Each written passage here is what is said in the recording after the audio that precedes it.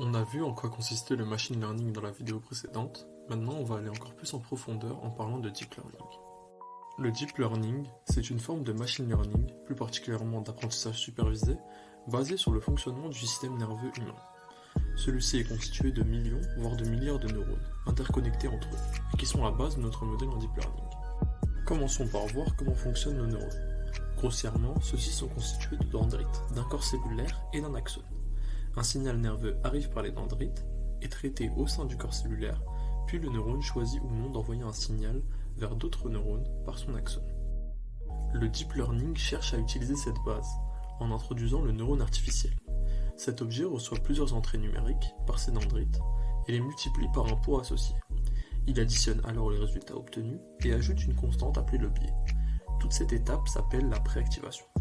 Ensuite, il applique au résultat une fonction non linéaire. C'est l'activation. C'est cela qui sera envoyé au neurone suivant.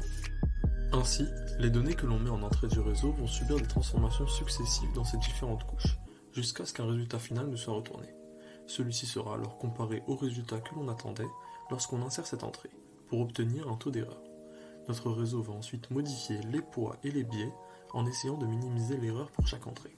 On parle de backpropagation, alors que la partie de traitement jusqu'à l'erreur est la forward propagation. Le terme de deep learning vient du fait que notre réseau, pour être plus efficace, peut contenir beaucoup de couches intermédiaires, ce qui rend le modèle profond.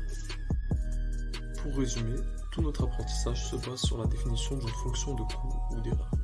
C'est elle qui permet à notre réseau de s'améliorer. En effet, cette erreur dépend de la sortie du neurone de la dernière couche. Cette sortie dépend elle-même de l'entrée de l'activation, qui dépend des poids et du biais et ainsi de suite. On peut remonter ainsi et voir que notre erreur dépend finalement de tous les poids et biais de chaque neurone, et on peut donc minimiser cette erreur par rapport à ces différentes variables. Pour cela, on va appliquer un algorithme dit de descente de gradient. On ne détaillera pas cet algorithme dans cette vidéo, mais ce qu'il faut retenir, c'est qu'on peut obtenir des valeurs de poids et de biais pour chaque neurone qui minimisent l'erreur moyenne, et qui permettront donc à notre réseau d'être le plus performant possible au bout d'un certain nombre d'itérations. Par contre, pour ce faire, il va falloir fournir un grand nombre de données d'entrée et de sortie à notre réseau. Sinon, il ne saura pas s'adapter au mieux à de nouvelles entrées. Voilà pour le principe des réseaux de neurones. Même si ceux-ci vont nous accorder plus de flexibilité par rapport aux algorithmes de machine learning classiques et sont capables de réaliser les mêmes tâches et plus encore, ils seront souvent plus coûteux en termes de temps et de capacité de calcul nécessaires.